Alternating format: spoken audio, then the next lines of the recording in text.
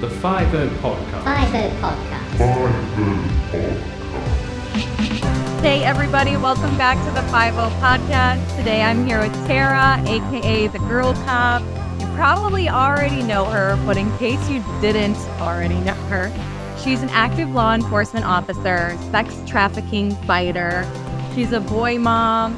She's a female officer advocate. She's a jiu-jitsu competitor and a social media influencer. And I gotta point out that she has over 730,000 followers. Like, that's almost a million, girl. Like, okay. Like, I'm like, she was like, I'm fangirl. I'm like, I'm literally a crumb compared to you, but okay. I'm fangirly. But for our listeners who don't already know who you are, which they probably already do, give them a quick bio about yourself, and then we'll peel back the layers and get into things a little bit deeper that we talked about and more. Okay, so I am fangirling because every time I see your video, I'm like, oh my gosh, she is very demure, very mindful, very on point. I just love it. We're really, really similar. Like I know you said that I'm an advocate for female law enforcement, and so are you. That's actually one of the reasons why I started my TikTok. But my name's Terra, and I work in a really small, little, cute, beautiful town that's really rural in California, Northern California. I've been a police officer for about 14 years. I have 3 little girls, and I have 46 boys that I've adopted as my sons because my husband coaches baseball team, and so I literally thought they were your actual sons because they call me mom, and okay. So, it's so funny because I teach at the college. That's where I am right now. I have I was gonna go to my house and do this, but then I have a sick kid at home with my husband, and I'd rather take a sick kid than a sick husband.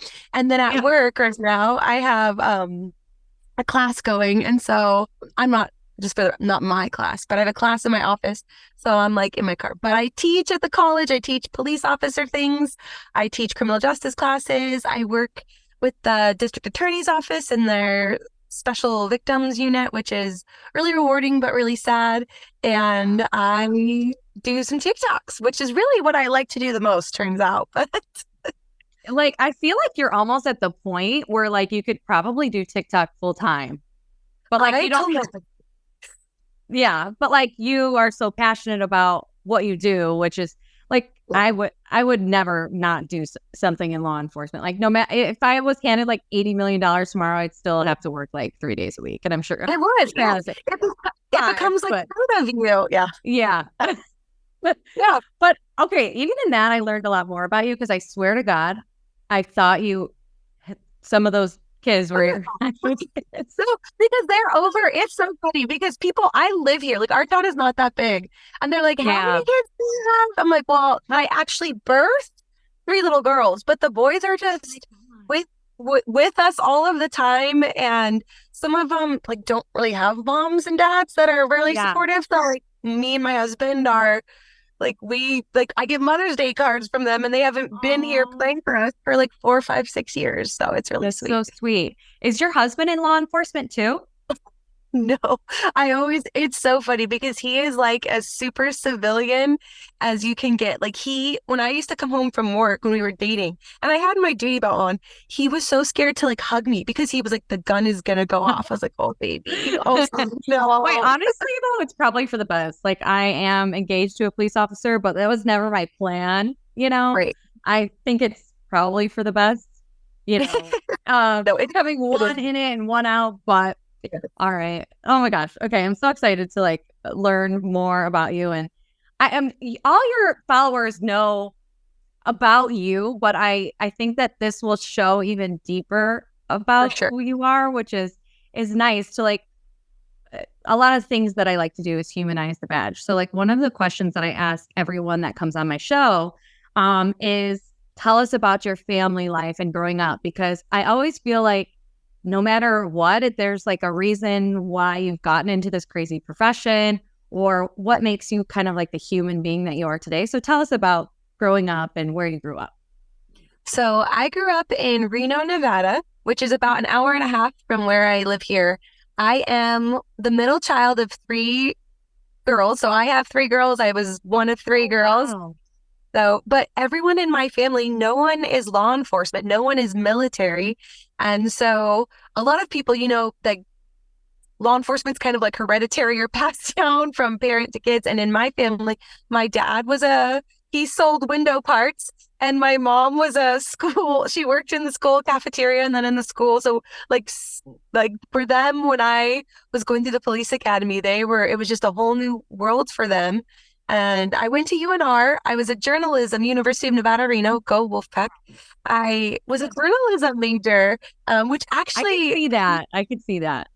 I think it's really actually helped me pivot into like TikTok influencing.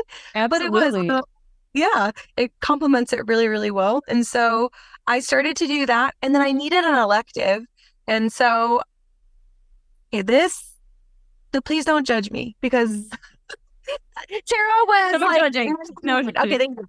I was like, in journalism, there was a bunch, it was very like female driven. There's a lot of girls. And I was like, I need to take some electives, and I want to be where some cute boys are. And I absolutely getting at them all. I was like, oh, they're all in some criminal justice AJ classes. So I took one, and I just like the concepts of it. I just fell in love with. I had a professor who was giving extra credit for doing a ride along, and I didn't even realize that you could do ride along. And as soon as I sat in that seat, I was just like, I knew it. It just clicked, and I was like, I have to do this. I have to do it. And then I just changed my whole major, and I didn't look back. Wow. And then how did you decide what department to apply for? Did you want to stay in that area, or how did you get to where you're at? Because you've been at the same department for 14 years, right? So I've been a law enforcement officer for 14 years. I started in Reno, Nevada. Okay, that's what I was wondering. Yes, I cannot tell you the amount of Reno 911 jokes I have ever gotten. If you ever go there and you think you're being really funny when you see them, you are not. But so I started over there. Step bump bump.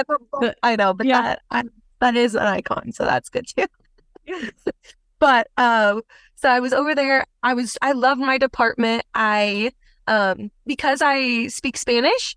Wow. I know. I've gotten a little bit rusty, but I minored in it, and I was pretty proficient and fluent in it.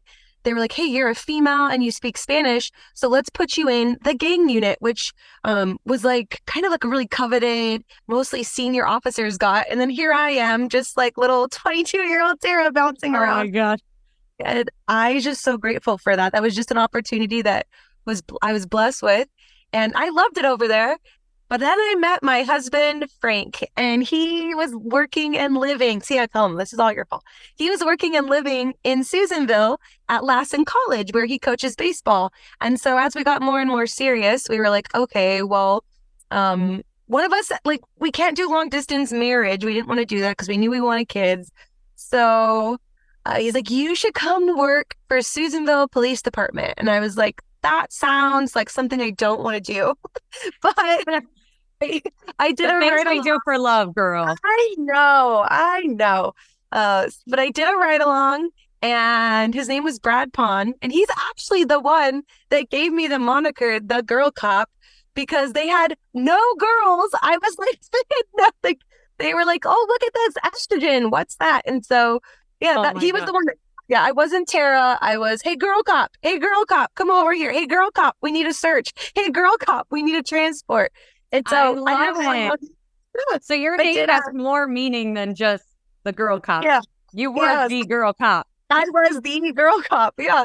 And that's what they called me. They would send emails. Hey, have the girl cop do it. Have the girl cop will take my shit. Yeah. I love it. I moved for love too, girl. So I'm not judging you at all. Because it was like, we were like, someone's either got to shit or get off the pod. Someone's moving. Right. Yes. And we're more adaptable.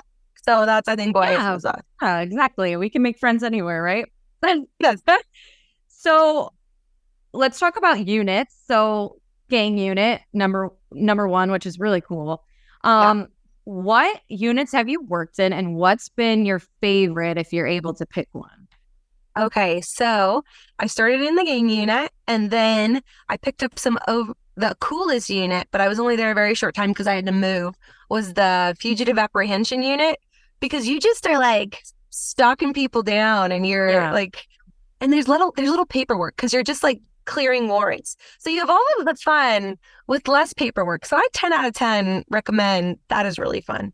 But the most rewarding has been I was when I came over to Susanville, I got a lot of really opportunities just because I didn't say no. And that can also be a bad thing, but for me, it just gave me so many opportunities because nobody wanted to go into the school. And so I was like, okay, I'll do it. I'll try it. Went to was a school SRO for a while, actually really loved it. Then they were like, oh, hey, we need someone to go to negotiations for like crisis negotiations, de-escalation. I'm like, oh, I'll try it. I'll go. Went and did that. That was really, really cool. And then what started happening is because I am a girl, a lot of the victims, the partners would just be like, hey, we'll have Terra here. And I just started learning. I had so much more exposure to those type of cases that when the district attorney's office was going to start a whole new position for special victims, really, I had just had so much more experience than any of my peers because I was always embedding myself in those cases that I was really, really qualified for it. And so the special victims unit, which we deal with cases, as you know, domestic violence, sexual assault, child abuse, and child sexual. Can I say that on the podcast? Yeah. Okay. I don't know if it's like TikTok where they're going to ban my video, but no, you're good. And that, yes, I love it. That unit has been the most rewarding, but it's the hardest because when I was on like the traffic, which by the way, traffic is my least favorite. I hate traffic. I hate it so much. I'm with you, girl. Yeah. Radar. But when I was on that unit, like if you miss a speeder or okay, you pull someone over and they had like drugs in their car that you didn't catch. Okay, well, CHP is going to get them down the line or you'll get them tomorrow. But in special victims, if you make a mistake or don't do something right, like a little kid might have to go back into a really bad situation. And so I love that about it, but I also hate that about it. But I feel like when I work a case, I just have so much more like satisfaction. And I feel just like I'm making such a bigger difference in those cases. And so, like you were saying earlier, I don't know if I could ever not do it. Like I always tell myself, okay, I need to distance myself, but I just don't know if I could ever. It's like part of me now. Yeah. So, and you have posted about working in like sex trafficking and special victims units. And I think it's really cool that you post about it to also see like that strong women can be in this field. And you mentioned that like we're really fit for that because we are speaking to a lot of women and domestic violence and children, and we kind of have that natural ability to be able to like connect and like nurture. So it's really important for women in this field. But with the sex trafficking special victims, did that change how you parented your children? Yes, 100%. There's things, and so my husband is a really good sounding board, and he's like, okay, is this Tara as a parent or is this Tara as a police officer? And my answer is it's Tara as both, because you can't see the stuff that you and I see and just not let it change how we're going to do our daily operating. Like even off duty, I guarantee you still sit with your back to the door, back to the door. You know, it's just like that's just how we are. And I try to be like, okay, is this reasonable? But it does. My children, I went to sleepovers as a kid. Totally loved having sleepovers as a kid. My child will never go have a sleepover at someone else's house. And it's, yes, that 100% comes from me seeing case after case after case of horror story. My child will never have Snapchat ever in the history of the world. We were just talking about that the other day, like how dangerous like Snapchat or video games can be for children. Yes. With sex trafficking. Yeah. Yes. Yes. And it's just, and some of it is, okay, we can do this, but we're going to make modifications so you're safe or safer. But it does affect me. And then sometimes I have to remember that my children are safe and my children are loved, and that not, just because I do see horrible, awful things, is that the majority of people, just like, we just can't get jaded. The majority of people are not like that. But it does sometimes. I was having, when I first started, I had to do a better job of compartmentalizing because I would get panic attacks. I remember interviewing, so my children right now are 10, 6, and 2. And when Pearl, that's my middle, when she was 3, she had these light up My Little Pony shoes, and she would just always like click on because they would like flash super, super bright. And I remember I was doing an interview of a little girl who was 3, and during the interview, she had the same little shoes, Oh, wow. and she would just click them the same way my daughter was. And I remember just like telling with Tara, you have to separate this. You have to separate It's like this. a You trigger. have to separate. Yes. You can't help it. Wow. Correct. So Wow. that has And I been think it's hard. Yeah. And I think it's important to note that, like, you're saying you're working in a very small town, right? But you're having case after case after case. Like, for the listeners, like, I want people to realize, like, this scary stuff does happen everywhere. Like a small town to a big city, whatever, we kind of assume, okay, in a big city, this is happening, right? But like, like you're seeing it too in a small town, and it's like, this is the reality that we're living in. And it does probably change the way we parent. And it's just crazy to think about that you're seeing case after case after case in a small town. Yes. Yeah. That is one of the things that I try to do on my page, is just bring awareness, because so many people, they're like us. They're like, well, I would never do that to my kid, or I would never do that to a child. If I had a child over at my house, right. But that's because you're you. And the world, unfortunately, is not like that. And so just people, I will never put my child's name on anything that they own. I won't. Well, why? That's cute. It is cute, but the world is a scary place. I won't ever check in, especially now that I do have a larger social media following. When I'm out with my kids, I don't post anything. I don't check in until I'm back home. I don't want people to know that I'm, in Disneyland right now, because the world is a scary, scary place. And so the world also can be a beautiful place, but it's just really just being protective. And I think it would be a disservice to not know what we know and to educate other people, but also to not make modifications for our own life. Yeah. And you do a really good job at educating, and we'll talk about that a little bit later, but you really do.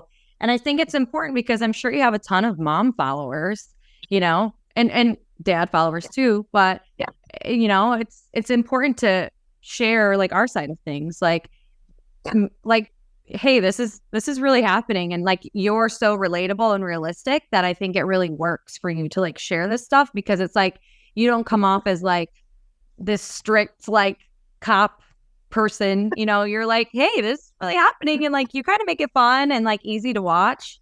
So I really appreciate that you share all that. Yeah. So did you ever have any pushback with this career from like friends or family, or were everybody like supportive of you? So my mom and dad and my sisters, they are like my biggest cheerleaders. And so they, anytime I got any sort of kudos or shout out, they're like, was there a ceremony? No, I got a raise. I love it. I got off probation. Like, I love you, but you don't have to. I got a new pair of pants. It's okay. Like, oh my God. Anytime a video goes viral, my sister's like, have you seen it? I'm like, I posted it, sis. I did see it, but thank you. I love it.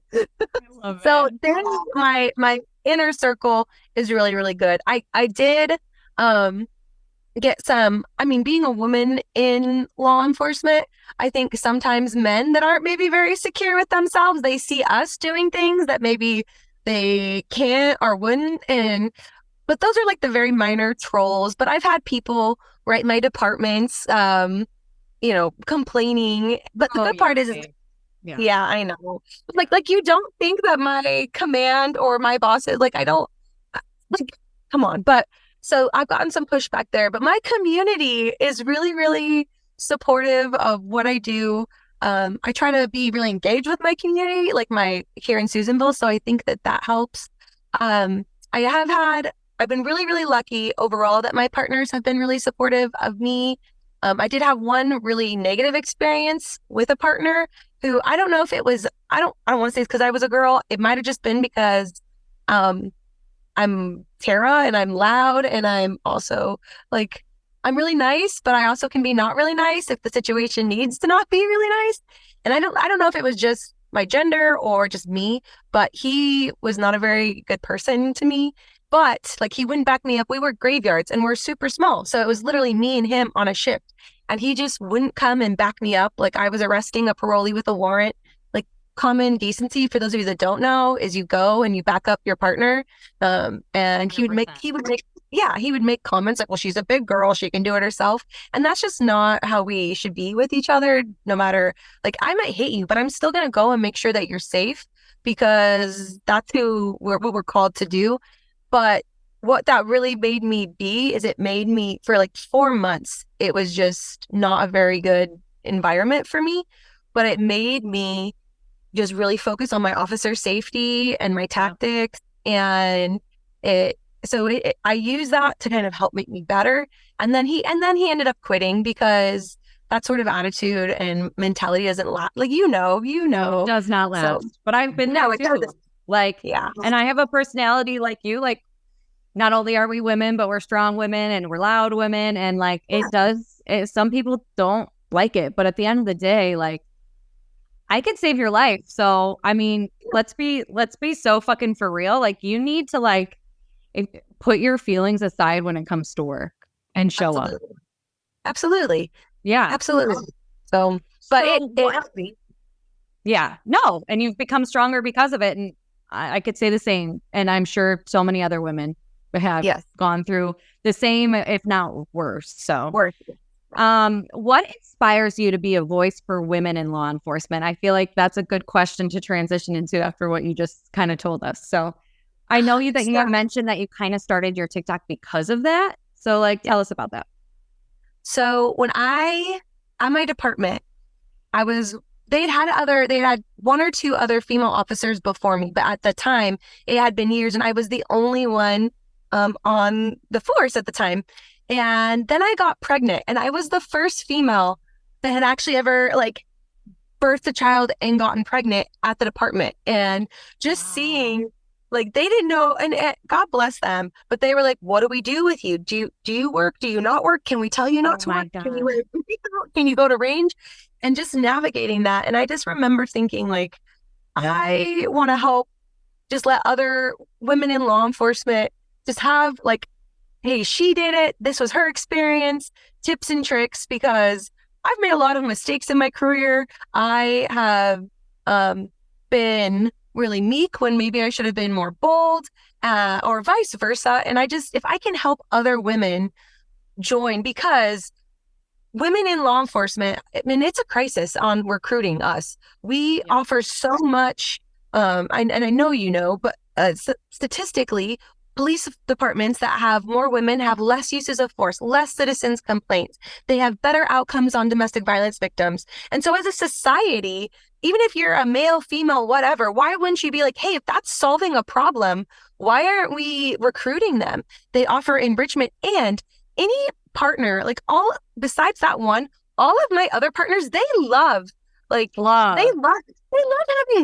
badass females on the force. And so it's funny on my comments, I'm like, oh, you're either not a real cop or you don't work with girls, because 100%. You ask any of my partners, they're like, oh yeah, like I'll take a girl on my shift any day, because they know how we are. And one of my partners, I have a video, I'll try to repost it, but I asked him, I said, Rich, his name is Rich. He's been a detective for like 30 years. He's 100 years old. And I was like, do you like having a girl on your shift? And he goes, yeah. In law enforcement, you need different tools. And sometimes girls are, the screwdrivers, and sometimes men are the hammers, or vice versa. But if a different problem arises, you want to have as many different tools as you can. And there are times where I'm not doing anything special, but a little kid looks at me and they're like, okay, yes. And then there's some times where a victim looks at me and they look at my male partner and they're like, I want to talk to him. But it's just nice having that option there. And I mean, trying to fight the stigma of every time women get something in law enforcement, oh, it's a, quota that has to be filled. Like, okay. And the fact that I just outshot you and I have more felony, like that has nothing to do with the fact that I get 18 warrants signed every week by a judge and you get 3 a year. That has nothing to do with why I'm like succeeding. You're right. It's all because of what's between my legs. And so just being that voice, because I think if people can see women that are vibrant and that aren't all like, oh, like, 'cause you don't have to lose your femininity. And that's, I think, now that I'm saying it, why I love your page so much, because you can prove like you can still be feminine and beautiful, but still badass. And you don't have to give that up. And I want people to know you can have a family. I get a lot of questions from my followers about, hey, how did you navigate being pregnant? And I said, well, let me tell you a funny story, because my department had no idea what they were doing. And so I kind of navigated that on my own. But let me tell you what worked for me. And so that's a huge deal, like having a family and being a woman. Like I haven't given birth yet, or I haven't been pregnant yet. You'll be made. You'll be made. But I know that that's like a huge topic, and like I don't even know how to navigate that when that time comes. But like it is like a big deal, or like there are women that get looked at like, oh, she's just gonna get pregnant and take 9 months off, or stay up the road, and people talk so much shit. But like I just had a girl I work with, and she worked on the road till she was 5.5 months pregnant. Yeah, because she wanted to. Like you could be whatever, you could do whatever, and you could have like your proof that you could have a family, be a mom, and be an officer. Like I know it probably wasn't easy to navigate like being pregnant, because you get put inside and the people talk or whatever, and if you get pregnant again, it's like, oh, she's pregnant again. Absolutely. My kids were 3 years apart. And so each, like, they were pretty much all was yesterday, right? Then I'm looking at my male partners and I'm like, mother effer, you have 6 kids. Like the only difference is that like I have to physically bear them. Like literally. I remember coming back. Oh, sorry. I remember coming back from my firstborn because of what you said. That is so important. So ladies, I remember just the little, and they're joking, but it's like you hear it so much that it's like maybe they're not like, oh, nice vacation. I had my first baby, Anna. We call her Peach, and my boss was like, well, how much time do you want to let off, like after you have her?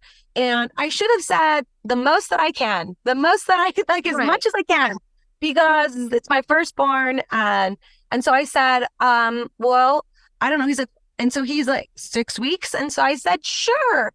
And I remember I was cleared for work, and I came back to work before I was even cleared to have sex yet.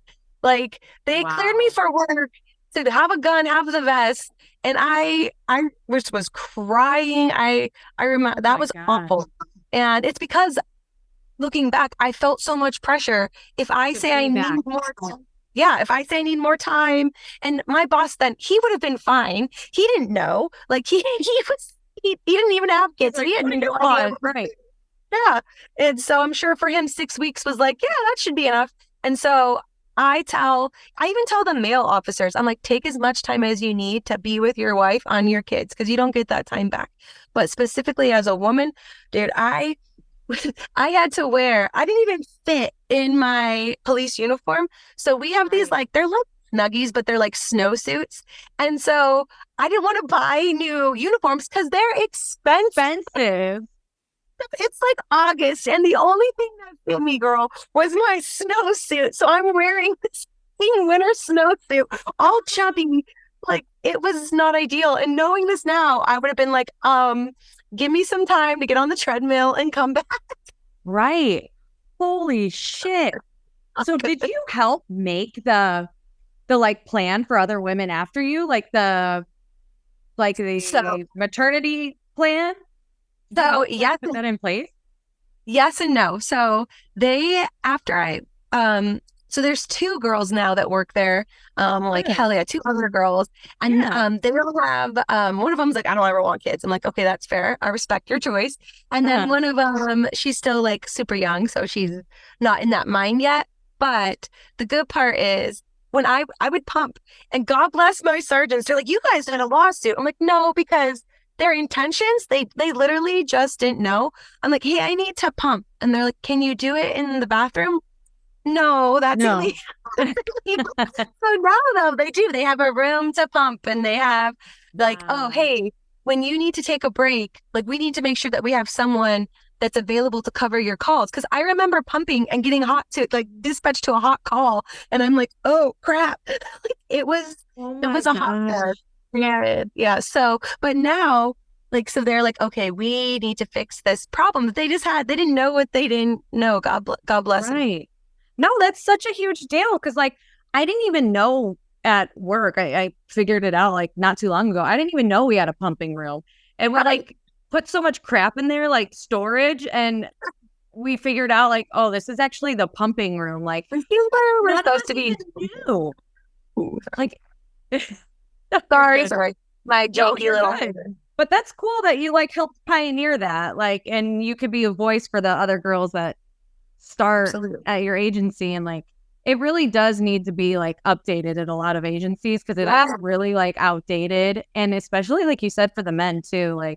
I think some agencies give them 3 days. I'm like, that's really just not enough to spend with your wife who basically just went through hell, ran over by a bus. Yeah, you could say hell. Need your help. Yeah, need you. Yeah.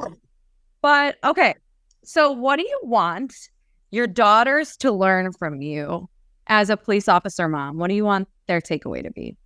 I want their takeaway, and really all little girls, but just people are going to underestimate you. Always. They are going to look at you, especially if you're bubbly or beautiful, or if you don't fit into they're going to underestimate you, and it is okay. It is always to your benefit to be underestimated.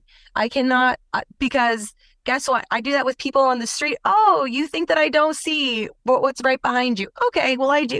It is always your benefit to be underestimated. And so instead of being insulted and take the offense where now we might be offended or aggressive, just know that that is your benefit. And then when you can work it to your advantage. And then number 2 is that every good thing I've ever done in my life, I've been really uncomfortable at first. And so if you're comfortable, you need to do something different and you need to grow. When I went to the police academy, I was super uncomfortable. I can remember the very first 5 minutes of my first day in the police academy. And I'm sure you can too. It's so scary and uncomfortable. And just getting that little brief amount of courage to go. When I was transferring over, when they're like, hey, Tara, do you want to be SRO? I don't know anything about juvenile law. Sure. And that opened so many doors to me. Hey, Tara, do you want to do this forensic interview of a child? Do you want to go to this training? I don't know anything about that. What if I mess it up? Super uncomfortable. It was such a blessing to me. Doing jujitsu, walking onto a mat with a bunch of guys that are freaking ripped and being like, hey guys, super uncomfortable, has opened up so many doors. Posting a video of me on TikTok. Oh my gosh, people are going to see this. Being uncomfortable and just leaning into that and not letting yourself know it's okay to be uncomfortable. That's where you're going to grow. And so that's what I just want my girls. I don't want them to shirk away or be shy of things because they're uncomfortable, or take offense because people are underestimating them. Okay, I'm going to clip that and make that my ringtone. I need or my alarm every morning.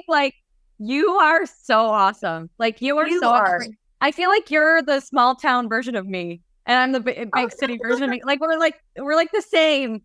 We're a cut from the same cloth, but from totally different places of the world. I stand all over you. No, I'm over you, girl. Stop it. Stop it out. Okay, let's talk about jujitsu, because I find this really cool about you because so my fiance does jujitsu. So I actually kind of know a little bit about it. And I've seen some competitions and stuff. But tell us, you're competing? You're like fighting people? Like, tell us. It's fading now, but it was a really pretty black eye. But it was like actually, I actually like the colors and like the blending. If I could duplicate your eye, smoky eye. I kind of like it. So I started when I was applying for the academy. The person that was doing my background, he was like, Tara, you're 21 and you're petite. Like, give yourself an advantage and you need to start training martial arts. So in my head, I'm like, Muay Thai boxing. That sounds cool. Karate. Nabi. And he's like, no, how about JiuJitsu? Because JiuJitsu is geared very much for smaller people to be able to maintain control over people that are bigger than stronger than him. And in law enforcement, a lot of the moves that we do are really consistent and conducive with jiu-jitsu. So I started it, and my whole plan was just to do it for like a year or two and move on. And then there was just something that I was like, oh my gosh, this person is bigger and stronger than me. And I just like controlled them and I made them tap. And then I just fell in love with it. And so I started training, but then I got pregnant, and jiu-jitsu turns out is not very, that is not conducive. Having a big old pregnant belly. Yeah. So I have been doing it. So most people, I'm a blue belt. So just so you know, it goes white belt, blue belt. The people that I started training with are black belts. And so this is the other thing, is it's like, hey, I'm on my own race. I'm on my own path. Everyone's like, how long have you been? You must be a black belt by now. I'm like, actually, no, still a blue. Thank you. But I birthed 3 children in between that, and I had to take time off for other things. But about 3 years ago, I was done having my last child. And so I just was like, let's get serious about this again because I love it. And in my little rural town, I started training in Reno, way bigger. My little rural town, I was the only woman that was training jiu-jitsu. So I'm like, we gotta fix this. So the gym that I go at, my coach is amazing. I was like, hey, can I run a free women's class on Mondays? And he's like, sure, I don't know if anyone will come. And so I was like, if you build it, they will come. And the first class I had, one person came, and I was like, oh. But now we have about 15 to 20 women that come. And it's just like so cool to watch them be empowered, and the friendships we have, girls. And then in our kids class, we have girls, but like specifically my class is ages 12 and up. We have 12-year-olds in our class, and we have a 72-year-old come. Deb, she's amazing. She freaking gets it. And so as I was doing that, I had one of my partners that trains with me is like, Tara, there's this nonprofit called Battle of the Badges, and they are trying to get first responders into jiu-jitsu as a fundraiser. Do you want to do a competition? And I wanted to say no. I was like, absolutely not, because I'm scared of losing. But then I heard my little voice like, Tara, Tara, Tara. And so I said yes. I competed. I did in fact lose. The girl I went against, she was super good, and she choked me out with my own arm, which I do not recommend having done to you. And would not recommend letting someone do that to you.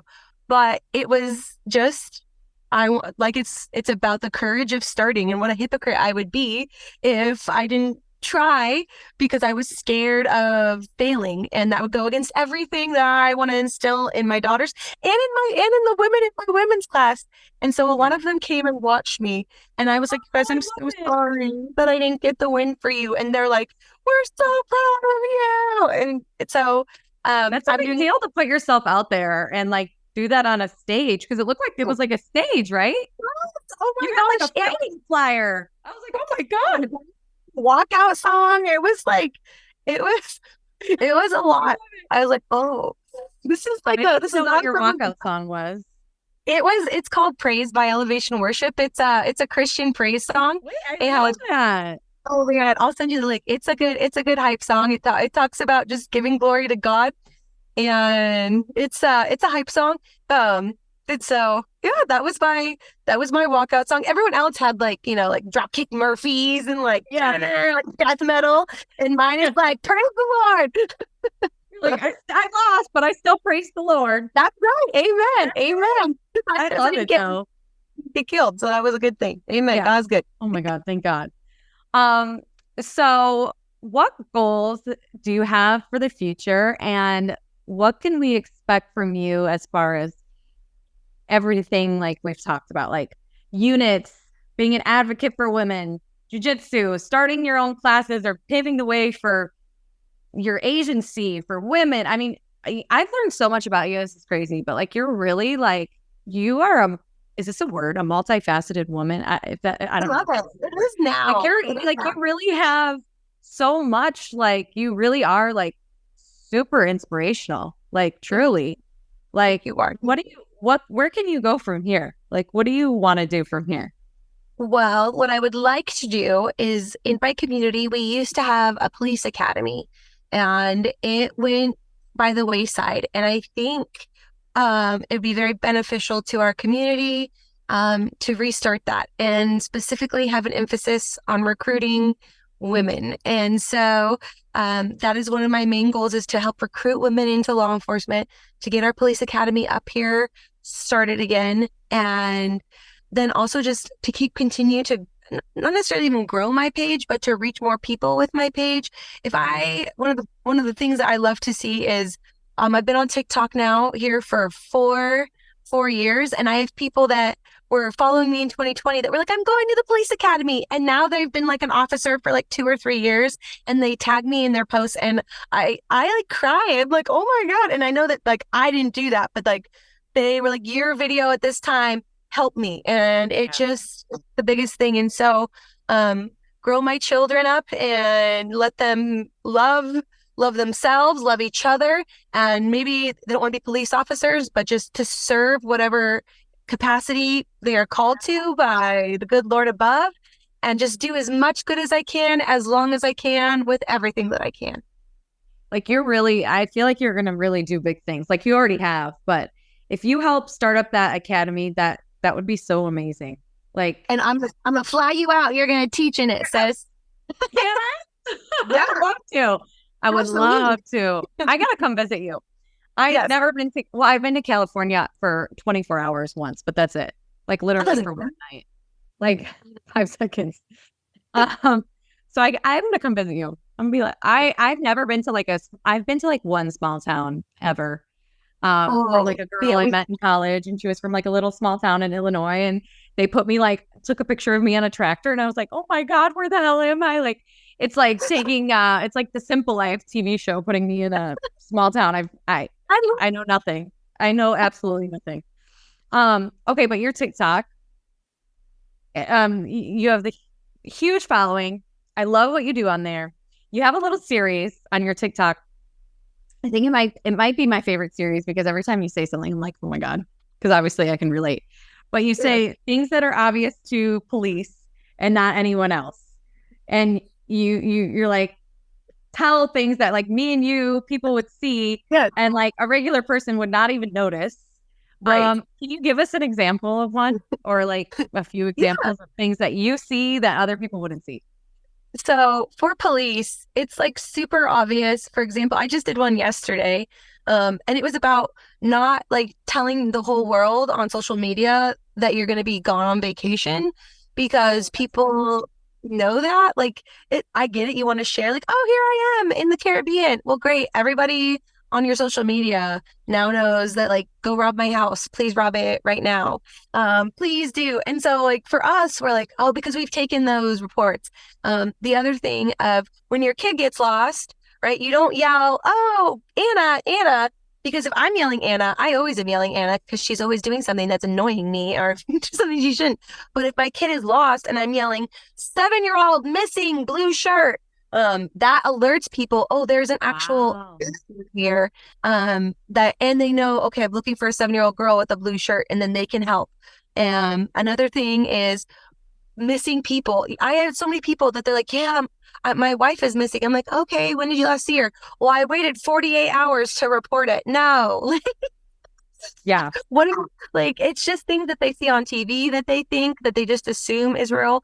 The other thing is, when we get, people think that when we get DNA, like, oh, I'm going to swab this, and 3 seconds later, I'm going to know who committed this murder. Yeah. Like, no, that's actually like a couple months, at least where we are out. Like, it's not instantaneous. And we actually just don't keep a giant bank of every single person's DNA and fingerprints that we can just run the whole world through. Like, I wish we did. So it's just stuff that, like, as I've been on patrol and I'm like, I've had to explain this to like 100 bazillion people. That I'm like, I guess people just don't realize that. But to you and I, it's just like second nature stuff that we would do or wouldn't do. And so I made a series on it. I had a video go really viral. And so then I did a second video on it. It's so cool.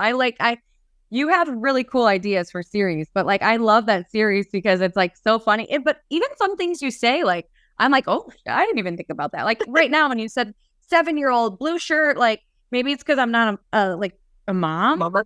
Well, I'm a stepmom, so kind of. You're a mom. Yeah, but like I wouldn't even think about stuff like that. So you're really helping people like think about things that they wouldn't normally think about. And then you also do safety tips for parents on your TikTok, and since you are a mom, it comes with heart and experience. You've told us a bunch already, but can you think of one like good safety tip takeaway for any parent who's listening right now? Yes, I would tell your kids that one of the best tools is you as a parent, and just letting your child know that, sweetheart, if you ever need to tell me anything, if someone ever told you that I would be mad at you, I'm not, we'll get through it together. Because I have so many kids where I'm like, who did you tell? And they didn't tell their mom because they were afraid that their mom or dad would be mad at them, or the person said, like, your mom will be so mad at you that you did this. And just building that confidence in them that you're a really safe person. So I tell my kids all the time, like, hey, if you're telling me something, I'm going to believe you. So I want you to know I will always believe you, Anna. I will always believe you, Elena, because that's the other thing, is that kids don't tell their parents because they don't think that they're going to be believed, and they think they're in trouble. So why would they reach out? And so just instilling that in your kids, talking to your kids, we can put a bunch of safeguards around our children by not letting them go to sleepovers, or not letting them have their cell phone in their room at night, or not letting them have certain apps, but really our relationship with our child, letting them know, no matter what, you and we're going to figure it out together. I will always believe you, and I will always advocate for you. You can come tell me, but they need to hear it more than once. They can't just hear it when they're 7, and then we think when they're 13 and something bad's happened. And that's the same, hey, they made a bad decision at a party and they drink. I will come get you. I will always be there for you. I will believe you. Let's deal with it together, right? And just being that safe sounding board. And that's definitely an art. It's not just a necessarily checklist. You have to have that good relationship with your kids or your stepkids. I have people that they don't want to tell their dad. They want to tell their stepmom or their stepdad, or for sure. Just being a listening voice and advocate for your own kiddo or kids in your life. You made me think of a funny story. When I was in college, I got like a drinking ticket, and it was like so stupid, like just a ticket, like at a party. And it was because everyone ran from the cops and I didn't run. I just stayed there because I was like, I only had like a few sips of alcohol. I'm not driving. I'm just at a party. Like, whatever. I'm in college. So nothing's going to happen. Everyone ran from the cops, but my dad's a cop. So I was like, I'm just going to stay here and like, be good, whatever. Of course, I get a freaking ticket. And I was sick for like 3 days. And the ticket was $100. And I didn't have $100 in college to pay the ticket. And I was sick for like 4 days. And I'm like, I have to call my dad and tell him because someone's got to pay for this freaking ticket. So I finally get the guts to call him after not sleeping for days. And he is laughing his freaking ass off. He's like, you were scared to tell me that? He's like, who cares? You're in college, a drinking ticket. He's like, yeah. He's like, that's the least of my worries. I'm like, oh my God, thank God. But like, I don't know. You just made me think of that. But I do think like being able to comfortably talk to your parents, no matter what age. Like I was in college there and I was scared to call my dad. Like, so start from a young age is so important. Okay. So is there any final takeaways that you can leave us with before we go? Anything that you want to share to our listeners? And then also after that, where can we find you? Where can we find you online? If they don't already follow you, where can they find you? I would say that it's just super important to just settle in who you are as a person. And what has really helped me succeed is me being Terra and embracing the things that make me Terra. Because sometimes we see other people that are super successful, and so we try to emulate them. And that's the same thing with law enforcement. I had a partner that was super, like he had a certain skill set that I didn't have. And so I was wasting time trying to make me have that skill set instead of just, hey, I'm a really good listener and I'm really good at getting people to talk to me. I may not be really good at kicking the door in. So why am I wasting time trying to do that? We have Fred Folk for that. You have Terra Avila for this. Hey, I'm a really good skilled at report writing. So maybe that's where I can spend my time instead of, trying to make myself like someone else. So just settle into your own strengths because God knew what he was doing when he gave you that skill set. And the best way to honor him and you'll see the most growth is when you really focus on what makes you you. I'm not serious. I'm going to sit here and yell at you. That's not who I am as a person. I can still have officer presence and I can still be a good tactical officer. I don't have to go be, friggin' you will respect my authority. That's not me. That doesn't work for me. And so as soon as you can realize what your strengths are and build off of that and not compare yourself to anybody else, you will see so much growth in yourself and so much just like more happiness in yourself. And we need you. If you, the world needs good cops, more than ever, every department ever. So if you have something in you that you think you're curious about, like listen to that calling. Being in law enforcement is the most beautiful thing gift I've ever given myself, except for my 3 babies. But it is one thing that I did for myself that continually enriches my spirit. And you can find me on TikTok. I'm the Girl Cop. And then I'm on Instagram under the Girl Cop. But I follow our girl Haley. So I'm going to be blowing you up in the comments. So when you see that, that's me. Hello. I love it. Thank you so much, Terra. Like, you're amazing. I wish you could come over right now and hang out. Like, I just want to hang out with you. I just want to keep talking. But you guys go follow her. She shares so much fun stuff, but also like so many safety tips, like we talked about, advice. And give her a follow if you don't already. But hopefully, I've learned so much in this interview, and I know that you're going to continue to inspire more women in law enforcement. So thank you so much for being here today. Thank you so much.